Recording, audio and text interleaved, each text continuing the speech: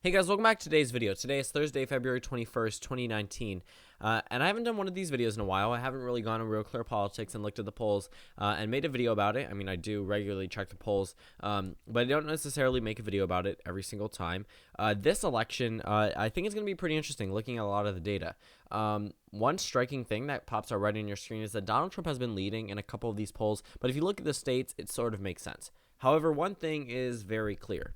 And that's going to be the major takeaway from this video. Joe Biden at this point in time seems like he is the front runner in the Democratic nomination for president in 2020. Number one is that, and also looks like he's the most electable against President Trump. And now I get it. The same argument was made for Hillary Clinton, and then we all saw her lose on November 6th. But again, November 3rd, November 6th, I think it's November 3rd for 2020. Yeah, it definitely is. But even then, Hillary Clinton, she started off with a very massive lead, 50, 60 points. I mean, at one point, she was one of the only candidates that was actually notable on the entire list of people that could have possibly been running.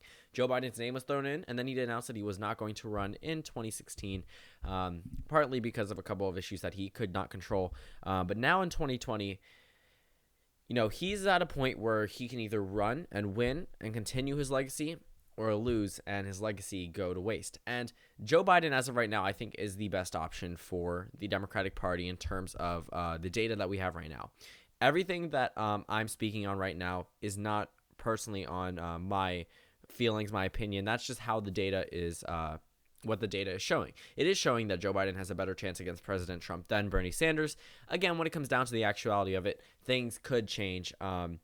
But this time around, Bernie Sanders, of course, is running for president of the United States. And I can't say that I'm too shocked. I just didn't think that he would do it before Joe Biden. But again, there are some things where there are rules where he has to switch his party affiliation to the Democratic Party. Not too big of a deal. He did that back in 2016. And then there's a couple of other things that go into the playing field for Bernie Sanders yet again. But Joe Biden, I do think, is going to announce in the next coming days. He said he would announce by the end of February, which gives him up until next Thursday, exactly a week from today, or a week whenever this is getting uploaded, if it does take forever and narrowly goes into Friday at 12 a.m. But it's 10:07 p.m. right now. It probably shouldn't. It probably won't, sorry. But enough about that, about everything. Today we're just going to be analyzing the latest polls that we have on this page alone and just analyzing it completely. So we're going to start off all the way at the bottom and look at Friday and Monday. These are two national polls. They're not too important. President Trump job approval rating, disapprove +6, wrong track +15. One interesting thing is that the wrong track has actually since gotten smaller since the election of Donald Trump. If we go to the data here and we actually look at the maximum amount we can look at, just click on max. If you look, the first polls were taken during Obama's presidency after he was elected, or not really right after he was elected, a couple months after he was elected. There was a point in time where Right Direction did tie with Wrong Track, but since then it's just been horrendous. I mean, at one point in time it was Wrong Track plus 59.5%. That was 2011. 2012 came around, election time. I mean, even then it was Wrong Track plus 31. And then 2016, we go into the election, I believe on election day. It might have been a different, not November 6th, but if we're looking, let me see if I can actually find it. But I just remember that it was around -35. And then after Donald Trump gets elected, we see it narrow up. It's a Wrong Track plus 13. Then it gets expanded a little bit more. It has since narrowed down and is expanding just a little bit. But the overall average is -22. That's still not as bad as where it was before. But again, that's all just opinion related. In terms of the President Trump job approval rating, that is one thing that has been varying a little bit. Gallup now puts him in 44, 45%. I think those are good numbers for the president. He typically isn't around that point. He's at 44%, which is the highest I believe he's been. Actually, no, the highest he's been is 46%. But even then, he was still disapproved. The only time he was approved of was 7 days after his inauguration. And then from then, he has never been approved of. The disapprove is still plus 8.1, so it's not necessarily at the best point. This is right after the State of the Union. During the shutdown, it was pretty bad for him. It did since go up in favor of the president, but again, that's not too important leading into the 2020 election. What's important is the Democratic Party. We're going to disregard these direction of the country and congressional job approval polls. Those are typically the same, but we have an interesting poll. We have our first poll out of the state of Arizona for the Senate race here, and that should be pretty interesting. Martha McSally is up yet again, and to be honest with you, I personally do not think she is going to win.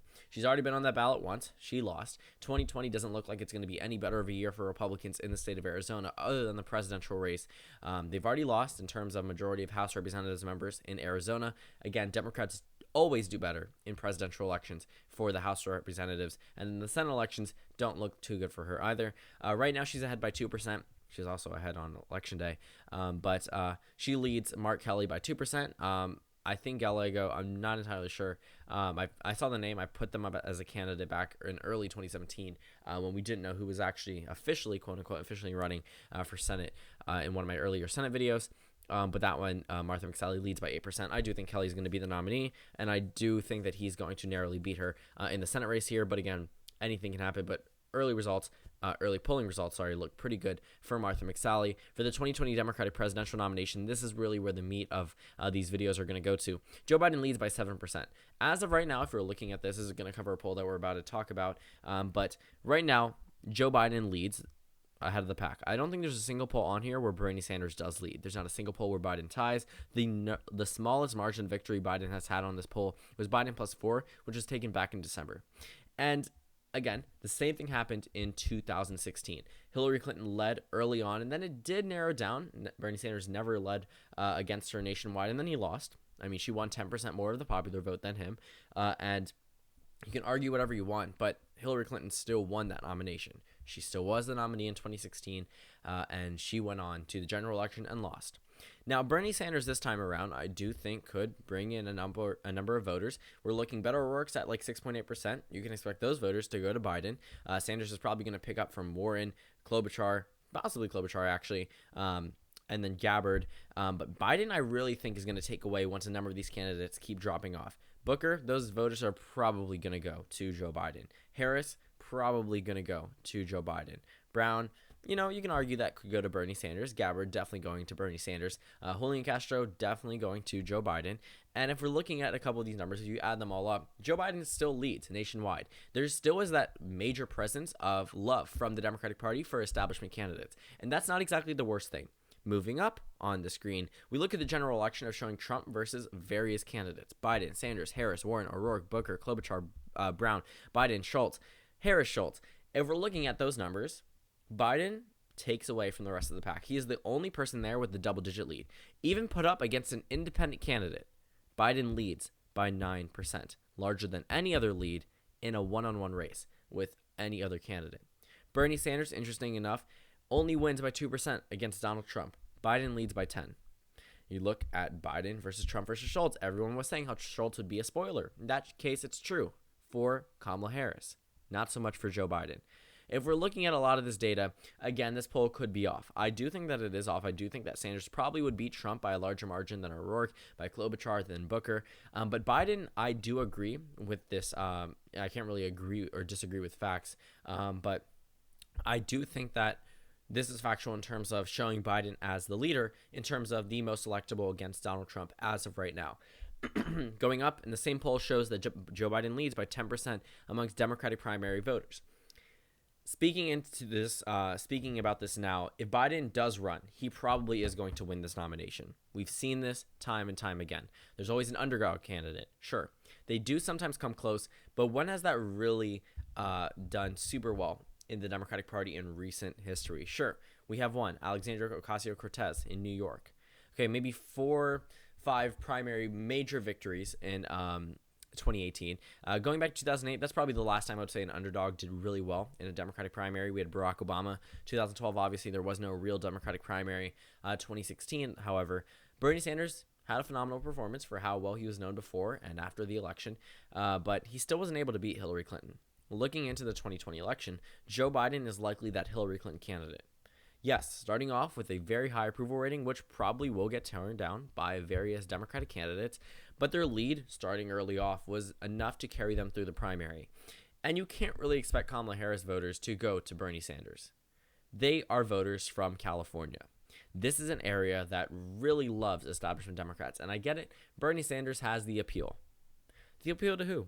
21% of voters, 17% of voters. He really only inspires the young crowd. And I've seen a lot of comments on my videos about Bernie Sanders, and I feel like it's more because my base is probably centered around the younger age group.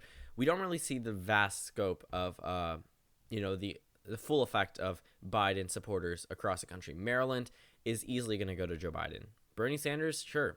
Maryland may agree more with Bernie Sanders, as he just recently put a progressive up against Larry Hogan in the general election. But number one, those primary voters did not correlate to a general election win. And number two, Hillary Clinton blew out Bernie Sanders in this state. And that was a late primary, April 26th, same time around this time. And Bernie Sanders was pretty well known. The argument that Bernie Sanders wasn't known throughout the entire campaign season until the very end is completely false. He was known before the Iowa caucus. He was known after the New Hampshire primaries, and with various primaries throughout the entire election. A lot of those results would have been the same if he had the same name recognition as he did now. Looking at a number of southern states, though, if they had known the history, they probably would have voted for him a little bit more. But those states really loved Hillary Clinton, and they also really love Joe Biden. Anyone that's remotely tied to Barack Obama is going to have an edge over someone who proclaims himself as an outsider. Disregarding the general election polls, that's not good news for Donald Trump.